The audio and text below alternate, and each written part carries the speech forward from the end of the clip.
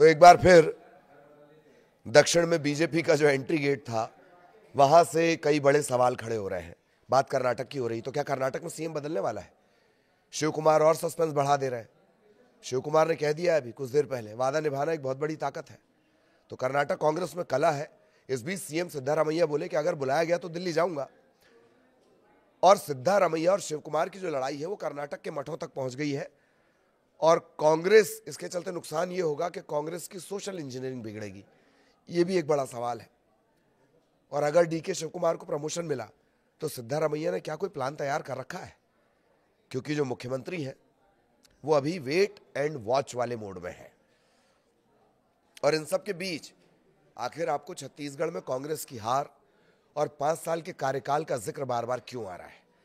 आज थोड़ा इसी के इर्द गिर्द चर्चा करेंगे, सारे समीकरणों को समझेंगे। मठ का, समुदायों का कर्नाटक की राजनीति में बड़ा रोल रहा है। शुरुआत करेंगे। नमस्कार, आपके साथ में ललित प्रजापति। कर्नाटक में मुख्यमंत्री पद को लेकर उप मुख्यमंत्री शिव कुमार के बयान ने सस्पेंस बढ़ा दिया है। उन्होंने कहा कि वादा निभाना एक बड़ी ताकत है, जिससे राजनीतिक गलियारों में अटकलें तेज हो गई हैं। चुनाव से पहले कांग्रेस ने सिद्धारमैया और शिव कुमार दोनों को बारी बारी से मुख्यमंत्री बनाने का वादा किया था। अब देखना यह है कि आलाकमान क्या फैसला लेता है। कर्नाटक में कांग्रेस सरकार में जारी कलह के बीच deputy CM DK Shiv Kumar, उनका यह बयान आया। सभी का ध्यान वो लगातार, पुराने वाले बयान भी हम आपको बताएंगे, ये हालिया बयान मैं आपको बता रहा हूं जो सभी का ध्यान अपनी तरफ खींच रहा है। एक कार्यक्रम में शिव कुमार ने कहा कि शब्दों की ताकत ही दुनिया की ताकत है, सबसे बड़ी ताकत है, और वादा निभाना एक बड़ी ताकत है। उन्होंने कहा कि कहावत है, शब्दों की ताकत ही दुनिया की ताकत है, जिसका मतलब कि हमारे लिए अपना वादा निभाना दुनिया की सबसे बड़ी ताकत है। वादा तेरा वादा आखिर क्यों याद आ गई? तो वो कह रहे हैं कि वादा निभाना दुनिया की सबसे बड़ी ताकत है, चाहे वो जज हो, भारत के राष्ट्रपति हो, मैं रहूं, आप में से कोई और हो। हम सभी को इसका सम्मान करना चाहिए। इस कार्यक्रम में डीके शिव कुमार ने कुर्सी वाली बात भी कह दी। लोगों को हंसी भी छूट गई। उन्होंने अपने आसपास खड़े लोगों को बैठते हुए कहा कि जो लोग मेरे पीछे खड़े हैं उन्हें कुर्सी की कीमत नहीं पता। उन्हें जो भी कुर्सियां मिलती हैं उन पर बैठने के बजाय वो बेवजह खड़े हैं। जैसे ही उन्होंने बात कही, पूरे हॉल में हंसी गूंज गई। उनका प्रेजेंस ऑफ माइंड जो है, प्रत्युत्पन्नमति जिसे आप कहते हैं, बहुत जबरदस्त है डीके शिव कुमार का।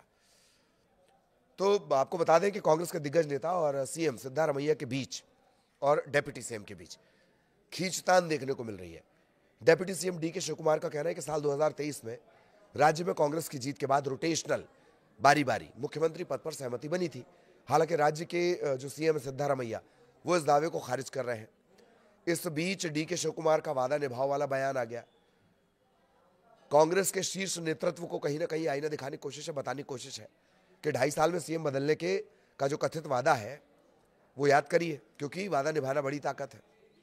पिछले कुछ हफ्तों से डीके शिव कुमार और उनके कई समर्थक, जो विधायक हैं, लॉबी, वो दिल्ली के चक्कर लगा रहे हैं। माने ये जा रहा है कि कर्नाटक की राज्य सरकार में एक बड़ा उलटफेर देखने को मिल सकता है।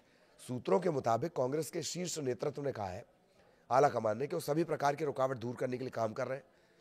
कांग्रेस के जो राष्ट्रीय अध्यक्ष मल्लिकार्जुन खड़गे, वो ये कह रहे हैं कि राहुल जी और सोनिया से मिलकर वो इस मुद्दे पर कोई फैसला लेंगे, इसे सुलझाएंगे।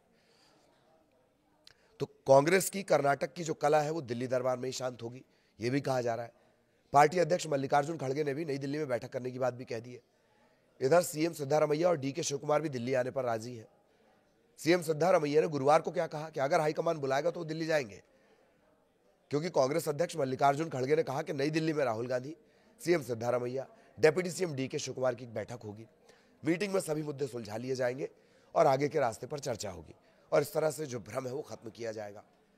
मल्लिकार्जुन खड़गे के बयान के बाद डीके शिव कुमार ने कहा कि मैं और मुख्यमंत्री चर्चा करेंगे और हम दिल्ली जाएंगे अगर हाईकमान बुलाएंगे तो।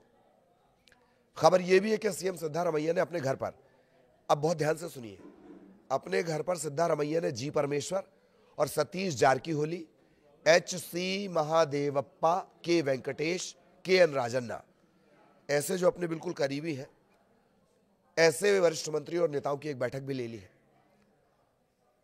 अब थोड़ा सा इतिहास की, ये जो सियासी रायता है ये फैलना कब शुरू हुआ था? 20 जनवरी को दरअसल सिद्धारमैया ने 2.5 साल के कार्यकाल को पूरा कर लिया है, और उसके एक दिन बाद से ही कर्नाटक कांग्रेस में कलह शुरू हो गई। डीके शिव कुमार गुट के करीब 1 दर्जन विधायक दिल्ली में डेरा डालने पहुंच गए ताकि हाईकमान पर दबाव बनाया जा सके।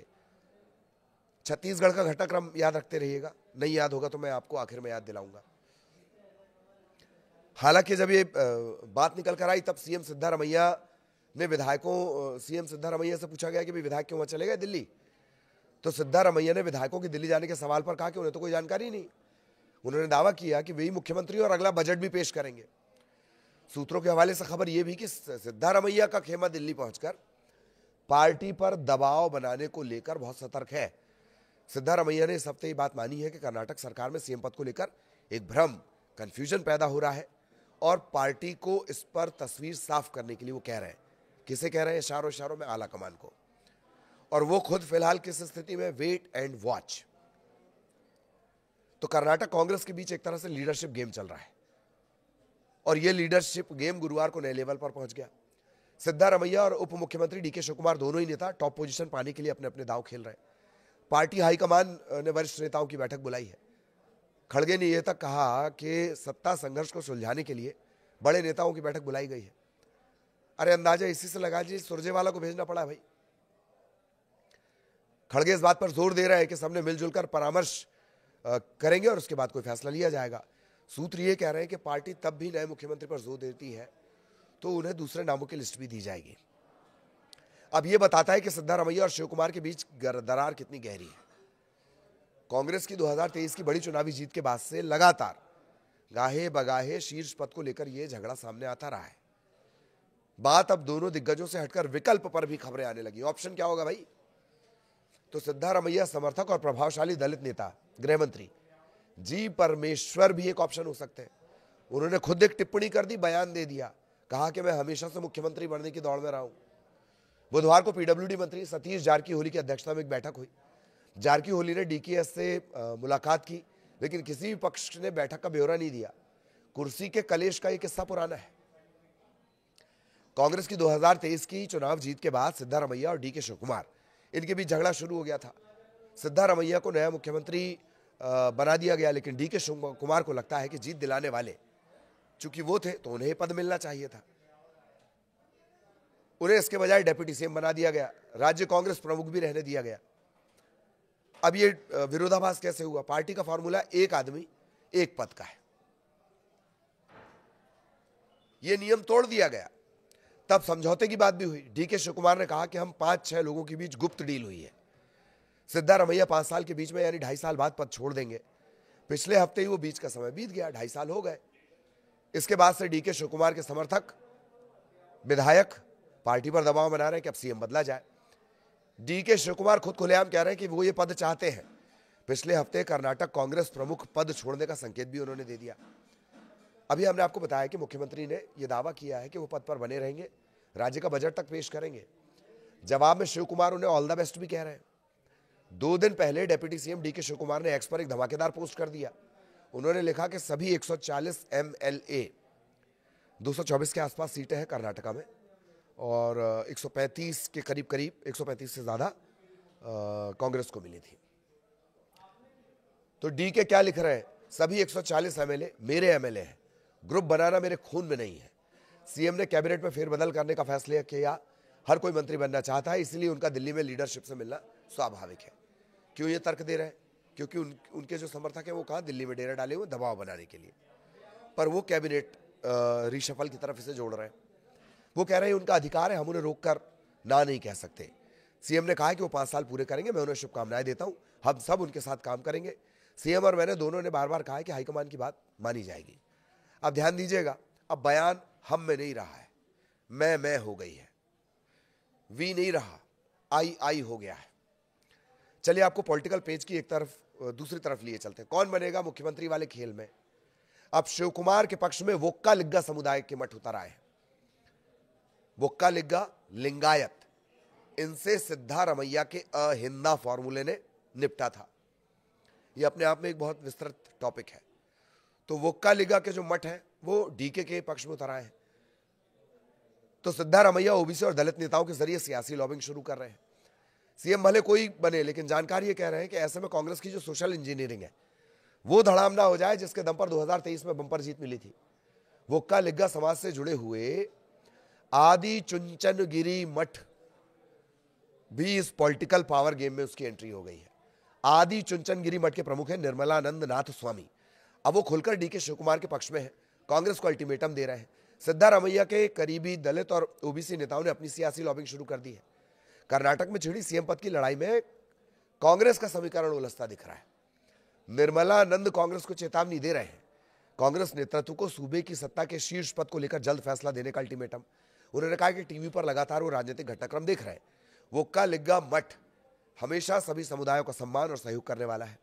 निर्मलानंद ये भी कह रहे हैं कि डीके शिव कुमार कई बार मठ आए लेकिन समर्थन कभी नहीं मांगा, ना लॉबिंग की। उन्होंने ये भी कहा कि हमने पहले भी डीके शिव कुमार को ही अपना मुख्यमंत्री हम बनाना चाहते थे, बात नहीं बनी। कहा गया कि 2 साल बाद होगा, लेकिन वो भी नहीं हुआ। इससे हमें दुख पहुंचा है। डीके शिव कुमार योग्य है, उन्हें अब मौका मिलना चाहिए। डीके को कांग्रेस का अनुशासित सिपाही बताते हुए उन्होंने कहा कि तमाम संकट के बावजूद शिव कुमार ने पार्टी नहीं छोड़ी। ऐसे में शिव कुमार को आधे कार्यकाल का मौका मिलना ही चाहिए। अच्छा, कर्नाटक की जो राजनीति है, मंदिरों से ज्यादा मठ और मठाधीशों का दबदबा यहां रहता है। उत्तर भारत के विपरीत कर्नाटक के मठ अपने से जुड़े समुदाय विशेष में आस्था रखने वालों की सांस्कृतिक, शैक्षणिक और आर्थिक उन्नति का बहुत ख्याल रखते हैं। चुनाव के दौरान मठ अपने अपने समुदाय से जुड़े राजनेताओं के समर्थन में परोक्ष रूप से संदेश देते हैं। सूबे की राजनीति में वोक्का लिग्गा के मठों का उतना ही महत्व है जितना लिंगायतों का। जनसंख्या के अनुपात में भी बहुत ज्यादा इनमें फर्क नहीं है। लिंगायतों की आबादी है करीब करीब 18% और वोक्का लिग्गा समुदाय है करीब करीब 14%। लेकिन जो वोक्का लिग्गा समुदाय है उसका राजनीतिक असर ज्यादा है। वोक्का लिग्गा समुदाय के बीच जो आदि चुनचनगिरी महासंस्थान मठ है उसका महत्वपूर्ण योगदान है। वोक्का लिग्गा संघ कई शैक्षणिक संस्थान चलाता है। इसके मठों की संख्या ही करीब करीब 150 है। डीके शिव कुमार वोक्का लिग्गा समुदाय से आते हैं और सिद्धारमैया ओबीसी की कुरुबा जाति से हैं।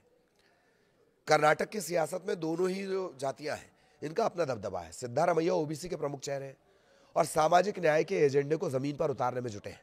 वो स्पष्ट बोलने वाले और जमीन से जुड़े हुए नेता हैं। इसके चलते जनता से वो सीधे संपर्क में रहते हैं।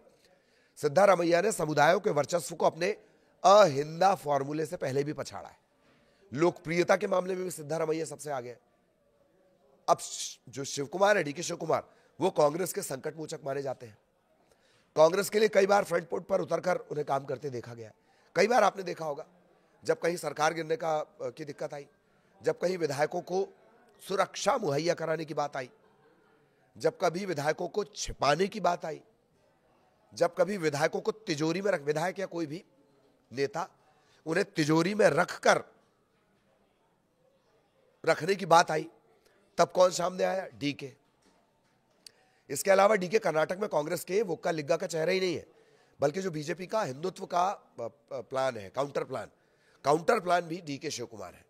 शिव कुमार जिस वोक्का लिग्गा समुदाय से आते हैं वो करीब 48 विधानसभा सीटों पर गहरा प्रभाव रखता है। वोक्का लिग्गा जेडीएस का कोर वोट बैंक माना जाता है।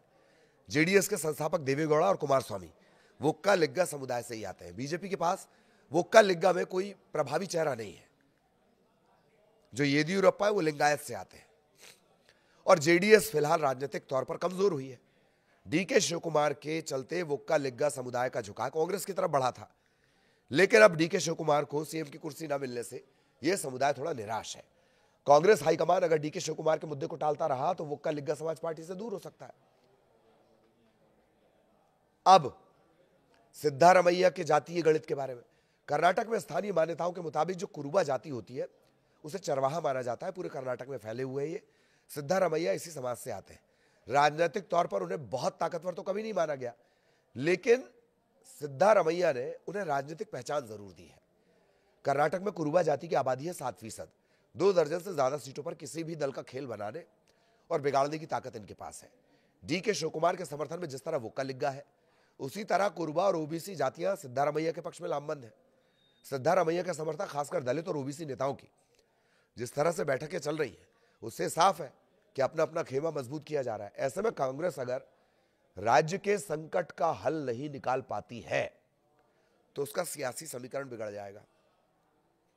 मैंने आपको शुरुआत में कहा था ना, हम छत्तीसगढ़ के बारे में बात करेंगे। छत्तीसगढ़ में 2018 में प्रचंड जीत हासिल करने वाली कांग्रेस ने 2023 में घनघोर हार हासिल की। जानकारों ने यह तक कह दिया कि कांग्रेस जीत के मुंह से हार को छीन कर लाई है, लेकिन जिन्होंने 2018 की जीत के बाद के सारे तमाशे देखे उनके लिए परिणाम हैरान करने वाला नहीं था। पहले तो सीएम फेस को लेकर राहुल गांधी को हाथ खड़े करवाने पड़े। भूपेश बघेल के 2 साल पूरे होते ही बघेल और सिंहदेव गुट की दिल्ली दौड़ शुरू हो गई। कभी कभी ऐसा लगने लगा कि छत्तीसगढ़ की सरकार ही दिल्ली में शिफ्ट हो गई हो। आज जिस अंदाज में डी के वादा तेरा वादा गाना गा रहे हैं, उसी सुर में किसी दौर में टीएस सिंहदेव भी यही गाना गाते थे। लेकिन आखिरकार अरमानों को आंसुओं में बहाकर टीएस बाबा खामोश हो गए। लेकिन कांग्रेस का खेल मानो बिगड़ चुका था। छत्तीसगढ़ की प्रचंड हार ने यही दिखाया। दूध का जला छाछ को भी फूंक फूंक कर पीता है, लेकिन पता नहीं कांग्रेस इस मुहावरे पर अमल क्यों नहीं करना चाहती है।